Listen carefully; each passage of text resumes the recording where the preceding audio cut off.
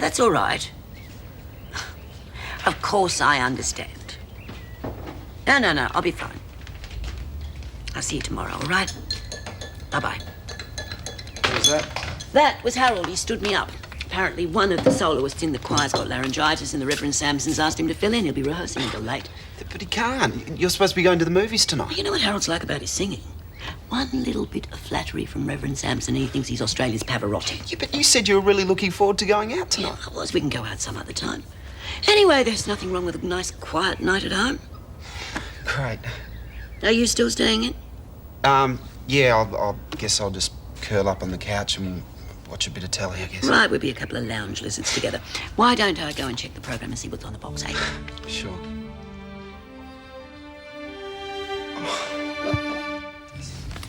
How are we going to be able to cater for 80 guests? Well, cooking for 80 is no different from cooking for 20. You still have the same variety of dishes, you just multiply the quantities by 4. And when we add Charlene and Beverly to the list of cooks, I think we girls should better handle it without too much trouble. Bag's not telling Beverly she's volunteered to cook. But we still don't know for sure whether there'll be 80 guests or not. And without Charlene or Scott here, it's a bit hard to say the names we've got are definite or they're just possibilities. It's not easy organising something from the other side of the fence, is it? Didn't seem to bother you yesterday. Oh, Dad, for crying out loud, can't you realise I was trying to that's give you enough. It's too much to organise without you two bickering all night. Here, Gail's right. Now, the first job is to get a definite figure on the number of guests. That means getting to the phones as soon as possible. Well, Jane could make all the STD calls from the office. That'd save anyone ringing up an enormous bill. Yeah, and she can tell any of the interstate guests if they want to stay overnight, Lassiter's will do a special deal. Des. Oh, just a minute. What about the grog? Or we can get drinks wholesale through the waterhole. Oh, that'd be a great help. Des, you and Jim could work out later with Gail just exactly what we want. Sure. Well, Scott and I could organise the entertainment as well, if you like. Des? Oh, right, yeah, look, we're going to have to run. Dad's on the final of Scoot the Pool tonight. I'll get Jamie. Well, you can watch it here if you like. Oh, no, thanks, mate. We don't want to interrupt. You've got a lot to get through. And if there's anything else you'd like me to do, just let me know, okay? Thanks, Sally. Good night. Yeah, night. See you later, you guys. Thanks for coming. Yep. I'll take Jamie. No, I think we should start talking about the cake. That should be Scott. Nell, what are you doing here? Don't you take that innocent tone with me, Helen Daniels. Nan, you can't go in there. I most certainly can. So, this is your secret meeting, is it? Mrs. Mangle has just dropped in to join us for supper. Don't give me that, Mrs. Machiavelli. Eileen told me all about this little scheme. Eileen? What do you take me for? A fool? Well, I'm not. And unless I'm included to make sure that these arrangements are made with sufficient regard to taste and decorum, I shall inform Mr. Bishop of this whole plot post-haste. Well, after hearing all your plans, I must say that by and large everything seems satisfactory. There are only a few areas that need to be improved with that special Mangle touch. The most obvious of these is the music at the service. The idea of Scott playing the guitar and singing some totally inappropriate "Yeah, I love you" song will have to go. Nell, Scott's looking forward to playing at the wedding. This is not a debate, Mrs. Daniels. Please sit down. Oh, just wait until I get my hands Fortunately, on there you, is an Eileen. alternative. I shall play the organ. Nan, you haven't touched an organ in 20 years. That's neither here nor there, Jane. Once an organist, always an organist. Sorry, I just had to wait until Madge went to... How's it all going?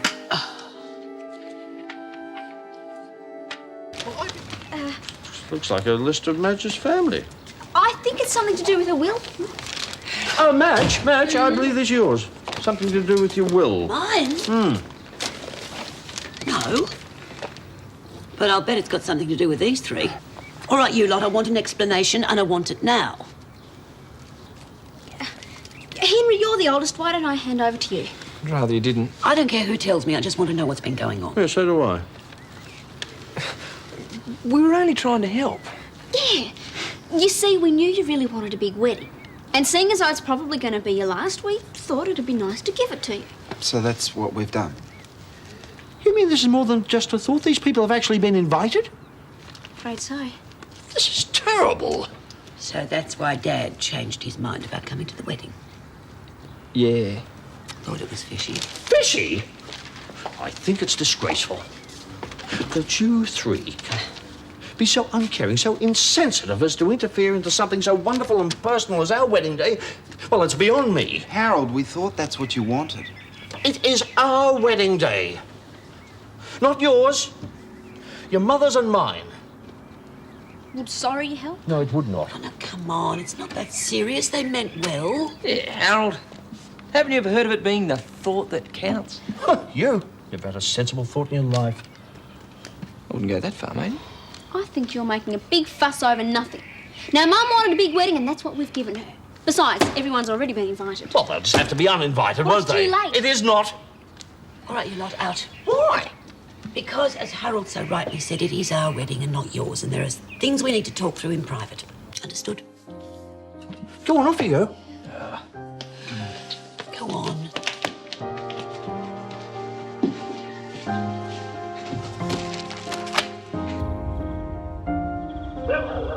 Oh, if you're here for dinner, Paul's just eaten it. No thanks, Graham. We're not really that hungry. What's up? Everything. Mum found the seating plans. Couldn't get out of her. We just had to tell her. How did she take it? She wasn't exactly wrapped. Neither was Harold. He was still chucking a medal when we left.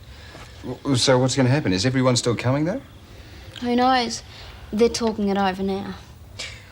I bet you Harold uses it as an excuse to call the whole wedding off. He wouldn't. Well, why not? He's done it before. Do I take it you'd be prepared to go ahead with this big wedding, then? Well, why not? It was a lovely thought on the kids' part, and I'd be petty to let everyone down, and anyway, it'll be fun. No, that's settled in. We'll go ahead with the wedding that they've planned. Well, if you'll excuse me, I'll go and get some fresh air. I can feel a migraine coming on. Stay right here, Harold Bishop.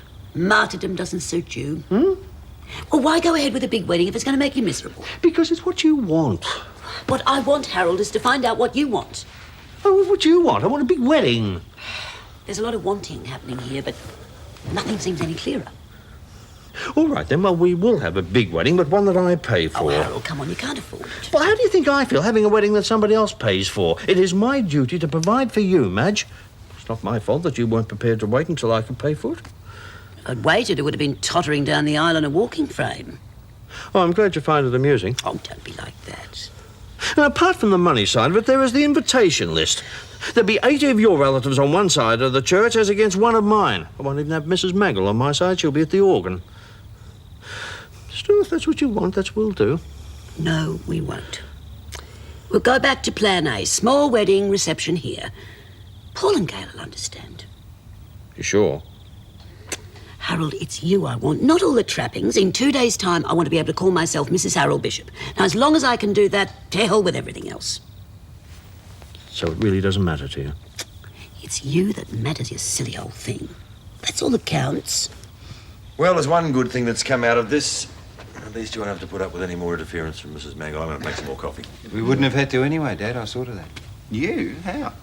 Well, I threatened her with a sack, didn't I? In a roundabout sort of way. Is that how you did it, Paul? That's awful. Oh, I don't know. It seems to work okay with Gail, doesn't it? Be back. Hello, Madge. Go on through. Make some coffee. Thank you. Madge. Now, don't look so stricken. I haven't come here to declare war. Well, I feel dreadful about this. Sit down, please. Well, don't feel dreadful. You all tried to do something nice for us, and I do appreciate it. So you're not angry with us? Well, I do think that changing our wedding plans without asking us was going a bit far, but no, I'm not angry. Oh, yay, Mum! Yeah, great. Well, we can go ahead now then. Definitely not. Harold and I have talked about it, and we both agree that we'd like to go ahead as planned with a small reception for our friends in our own home. Gail, Paul, it was a lovely gesture, but I'm sure you'll understand. No worries. But why, Mum? Well, first of all, there's a little matter of Harold's pride, which nobody seemed to even think about. And anyway, where would everyone stay? Oh, that's okay. We organised cheap rates at Lassiter. Oh, Paul, that's very sweet of you. But knowing my relatives, I still would have been lumbered with a couple of them. And believe you me, sitting up until 3 o'clock in the morning listening to Aunt Cecilia rave on is not my idea of a fun wedding night. So, what do we do with all the relatives that have been invited? Simple. Uninvite them. We can't. There isn't time. Oh, yes, there is. Harold and I are going over to Reverend Sampson's, and you three will have the use of the house, including full use of the telephone. Mum, that'll take all night. You better get started then, hadn't you?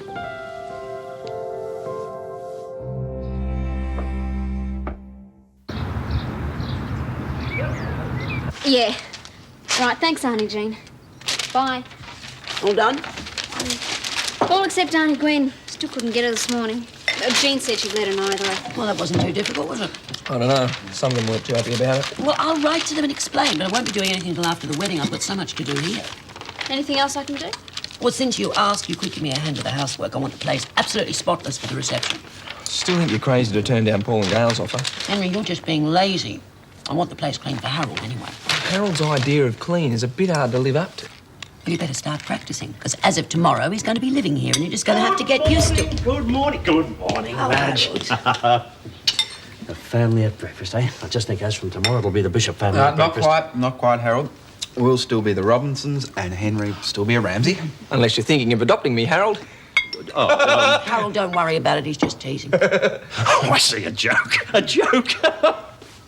How come you're in such a good mood? I thought you'd still be mad at us.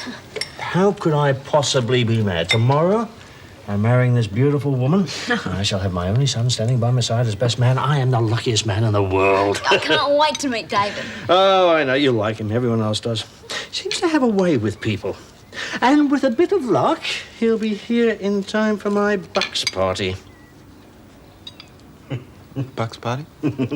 Yeah, I know. You don't want to tell me too much about it, all the pranks you've got lined up for me, eh? Oh, but you'll have to tell me the time and the place. Oh, unless you plan on kidnapping me and tying me up, eh?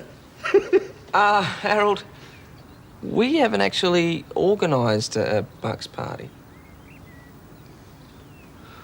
You haven't? No, Harold, we didn't think you would agree to it.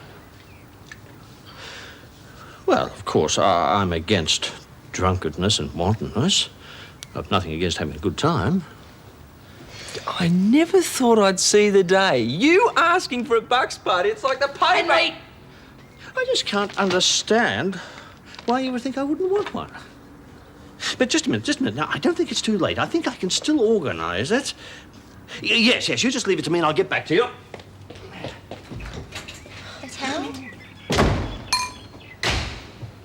Crikey, Mrs. Mangle, Mum will be charged a fortune in excess baggage trying to get that on the plane. I have your mother's instructions and I've obeyed them to the letter. Look, she wouldn't notice if we turfed out a couple of things. Yeah, well, those jumpers you packed, she only needs one or two at the most. You know, get rid of some of them. Over my dead body. Eileen entrusted me with packing things for this trip. And that's what I've done. And just in case you boys get any ideas, I'll see that Eileen gets these. Thanks, Mrs. Mangle. You're doing a mighty job there. And I wouldn't say no to a quick cup of tea. Oh, I'll get it. I mustn't stay long. We have a wedding to prepare for. Such a pity Eileen didn't feel up to it. Yeah, well, thanks for all you've done. I really appreciate it. Mum wouldn't be going on this trip if it wasn't for you. I merely convinced her to allow Mr. Clarke to make at least partial amends for his shocking treatment of her. Now, you won't forget to take the suitcase when you pick Eileen up in the morning. No chance of that, Mrs. Mangle. Try not to be too hard on Kerry, Dad, but in time she'll come to appreciate your high expectations, as I have. Yeah, well, she should have kept in touch. Isn't every day that a father gets married, after all? No. Still, I suppose these are the little things that are sent to test us, I suppose. Oh, absolutely. Yes, thank you. Jane, you're not dressed. It's only 8:30. Well, yes, but I mean, what?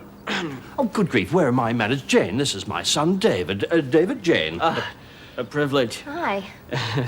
Well, you may not be dressed for the wedding, Jay, but that's a very fetching outfit. Oh, thanks. Nan, you haven't met Mr. Bishop's son. This is David. Oh, a privilege. Oh, I'm pleased to meet you. If you'll excuse me, I must get on with the dusting. Mrs. Mangle, how can you possibly think of housework? I mean, this is it, the big day, you know, my moment, the walk down the aisle, as it were. Yes, well, I did hope that wasn't the suit you were wearing to the supermarket. No, really, I'm serious. So am I. It's only 8:30, for blessed sakes. Well, what's the time got to do with it? I mean, how can you think of dust when there's so much to do? It's all in hand, Mr. Bishop. No need to agitate yourself. Oh, Mrs. Mangle, no. David has got an allergy. Oh, I'm sorry. I didn't realise. Oh, it's all right. I'll just retire to my room. Excuse me. Really, Mrs. Mangle, dusting. Today of all days. Oh, for goodness sake. It's no laughing matter, Jane. No. But they do both appear to be from the same mould, don't they? Fancy them both suffering from allergies. Good morning. Oh, Scott! I'm sorry, okay? Can you get me a tissue? Charlene, all I was doing is trying... It's just what I need on a morning like this to smudge one up. All right. Now, does anyone else feel we're a smidge keyed up here this morning? Yeah, I reckon. Couldn't argue there. Right. Well, just because it's my wedding day, there's no need for us to run around like a bunch of headless chooks. Let's take 5, shall we? Brilliant suggestion. There you go. It's a great day for it, isn't it? Spare us the weather report, Scott. Tell us about the Bucks party.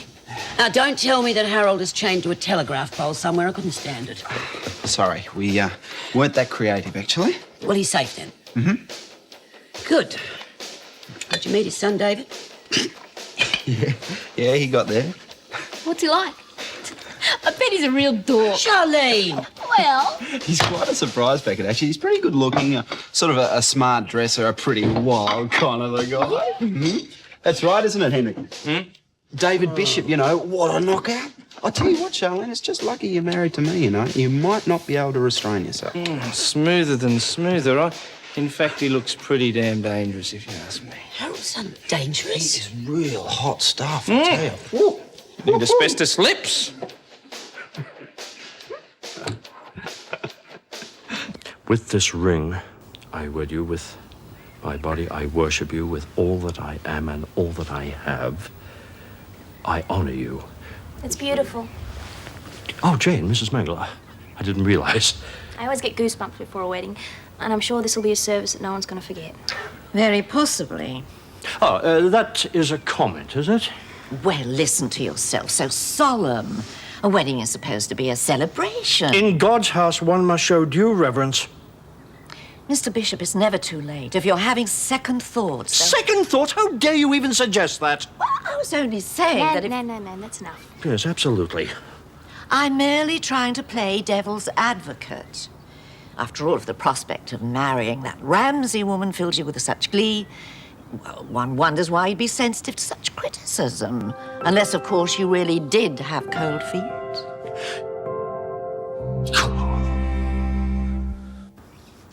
In the past, I've put up with your surreptitious passing comments, your sly throwaways, your casual put-downs, but today I just will not have it, Mrs. Mangle.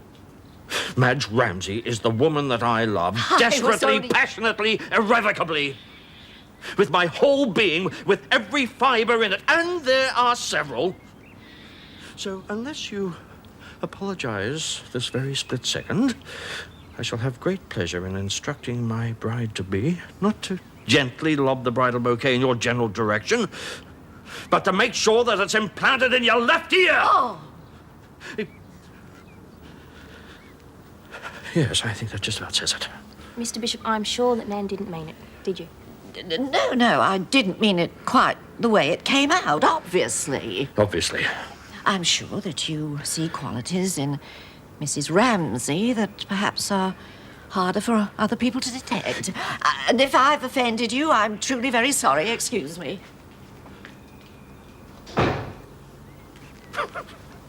Mr. Bishop, for what it's worth, I think Nan was totally out of line, and I'm really sorry. I'm sorry. No, there's no need to be. You see, I think she did me a favour. I was anxious. There was absolutely no need to be. You see, I'm going to marry the most beautiful creature on God's earth. And I want to shout it from the rooftops.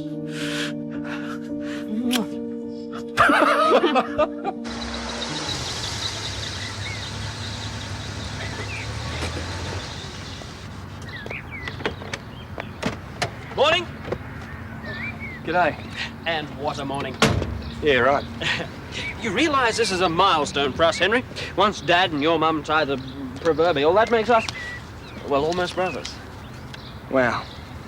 I've never had a brother before, Henry. I hope we can be friends. Well, it shouldn't be too tough. You seem like a Pretty nice bloke, I guess. Whip that round the front, will you? Ah, yeah. And might I say, I find the feeling mutual. I understand you're in the horticultural business. Gardening. Yes. Well, you know, it pays the bills. Getting your hands in the dirt, eh? Grassroots stuff. Grass roots stuff. Is it?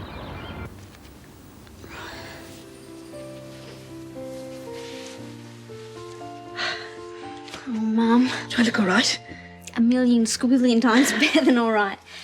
You're perfect. I want to have you as my matron of honour. Oh, Charlene, this is such a proud day. As long as Henry remembers to give you away properly. Oh, getting silly already. Oh, Mum, don't you start. You know what I'm like. We'll both be bawling before we get to the church. You know, looking back to the first day I came here to visit Max, and then you arrived, and Henry. Mother wouldn't be proud to have a family like this. Now you're all grown up. And now it's your turn to make a life for yourself again. And Howard loves you to death. Oh, that's a worry. Oh, that's us. You ready? Oh. Beautiful. You know, this is my third official function this year. I don't know, I must have some kind of magnetism. Oh, everything's all set for reception. Oh, I don't know who's more nervous, me or Madge. Sure, you'll manage admirably. Oh, excuse me. Harold. Oh, you seem rather tense. That's understandable, I suppose. No, on the contrary, Mrs. Ramsay, I'm rearing to go. Oh, get off with this, Mrs. Ramsay. The name's Edna, but I would like a quiet word with you before the service. Oh. I'm sorry Dan couldn't be here. You know how keen he's always been for you two to get on with it. But this is a mother talking. You look after my girl. So help me if you turn into another Fred. Mrs. Ramsay. You have shilly-shallied and kept the poor girl dangling long enough. That's a lot of lost time to account for. Your point has been registered. Good. How about that? We've had the sermon and we didn't even have to go inside. I reckon you'll do me as a son-in-law. Here they come. Oh, right. Now, come on. Come on. Off you go up inside. Yes, fine.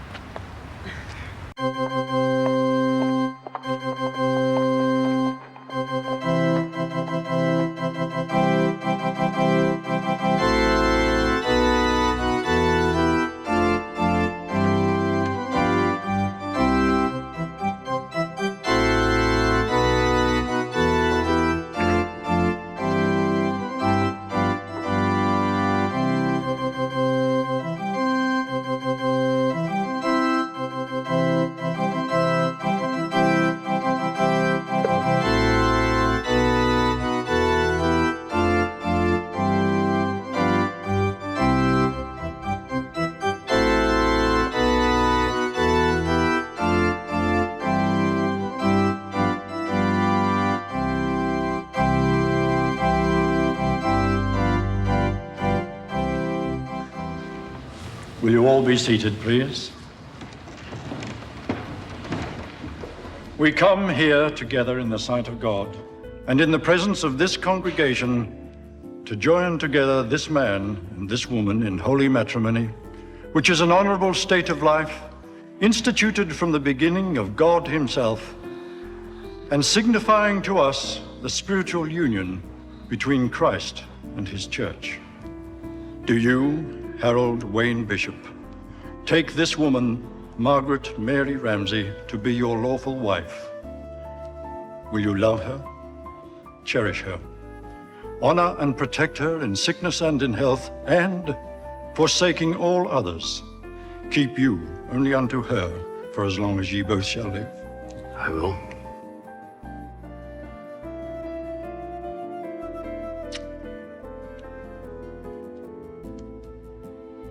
and forsaking all others, keep you only unto him for as long as ye both shall live? I will.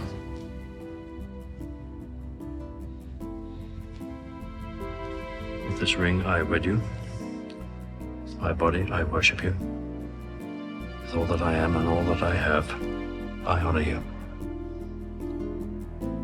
By the giving and receiving of a ring, and by the joining of hands, I therefore declare them husband and wife, in the name of the Father, and of the Son, and of the Holy Spirit. You may now kiss the bride.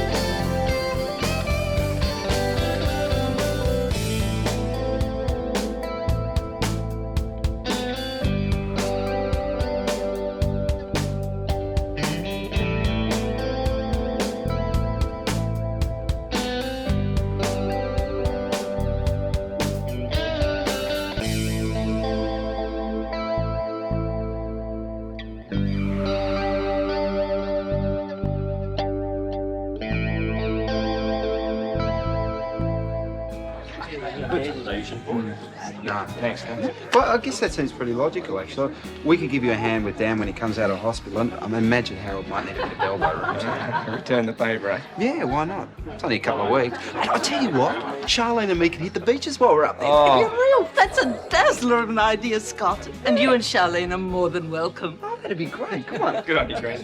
Let me shake hands with the lucky man. No, not today, Paul. You see, I won't be letting go of this for some time. Might I say how splendid you look, Mrs. Bishop? Mrs. Oh, good gracious, I am, aren't I? I would. Well, welcome to the family, Mother. Charming boy. All right, everyone, charge your glasses. Now, we all know Harold isn't a drinking man, but today he's agreed to make an exception. Oh, just a small one. Okay, so let's lift him high and say, good on you, Madge and Harold. Good on you, Madge and Harold. Oh, thank you, everyone. This is the happiest day of my life. And that goes double for me. Ladies and gentlemen, let's hear it for the best man. The best man!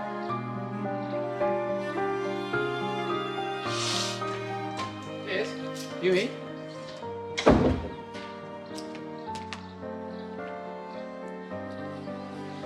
You all right? Yeah, I'm okay.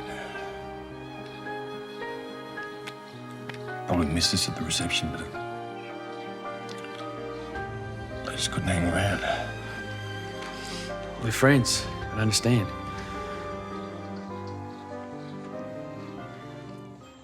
Everyone cries at weddings.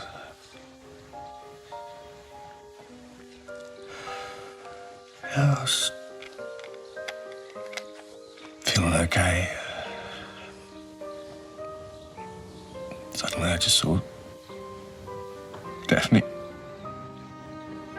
dressed in a wedding dress. It's pretty hard to handle sometimes, eh? You're doing better than most would. What would I do without you, mate? Look, Why don't we get back to the reception, eh? I want some of that wedding cake.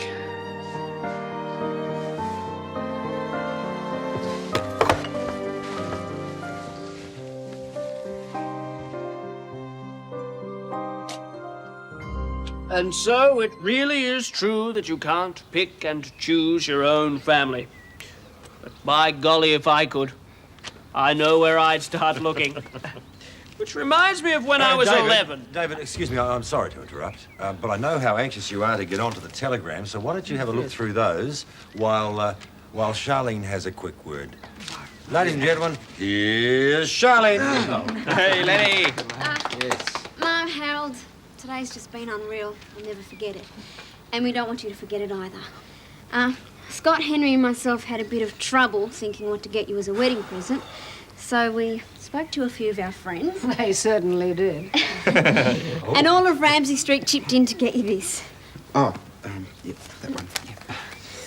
Yeah. We knew you didn't want to lash out and get a honeymoon, so we did. It's a weekend for you both at Green Valley. The same guest house and everything. Hey, everybody. Hip, hip. Hooray! Hip, hip. Hooray! Hip, hip. Hooray! Well, I better go and change. No, please don't change, Madge. I want you to look like that forever. Well, I do. I do. Heavens. Well...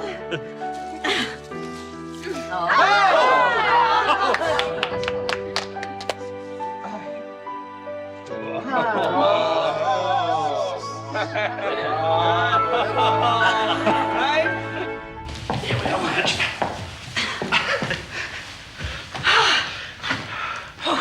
It's finally happened.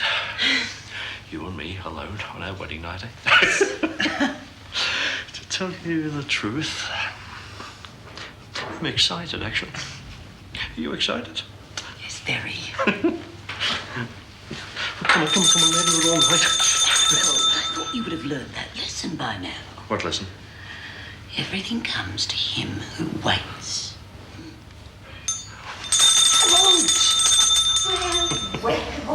Oh. Mr. and Mrs. Bishop ringing my bell like that. Lovely to see you again. And lovely to be back here, Mrs. Crookshank. Bible, what a memory you've got, eh? My word, there's nothing wrong with your memory, eh?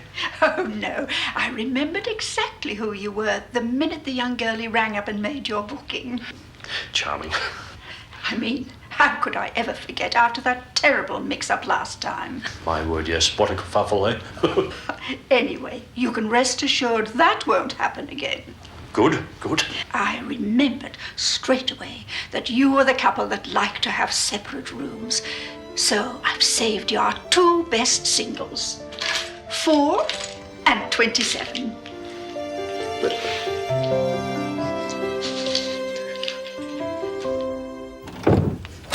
Oh, Harold, don't let it put you in a bad mood. Mrs. Crookshank thought it was funny. Yeah, well, I didn't, Madge.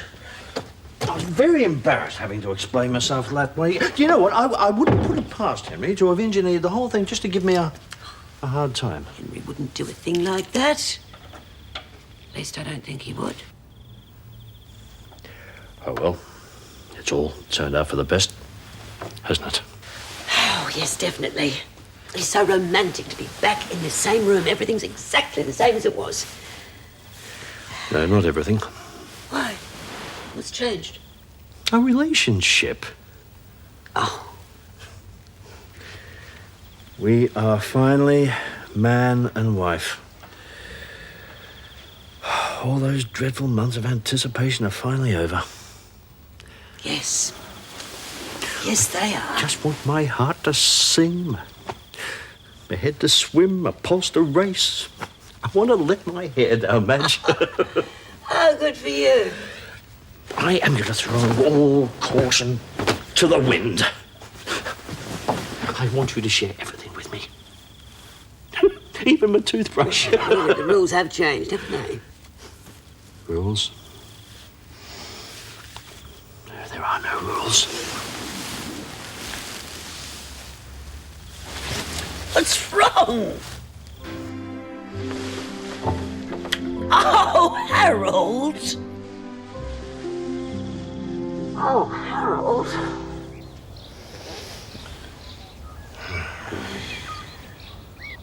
morning tiger. Oh, Madge.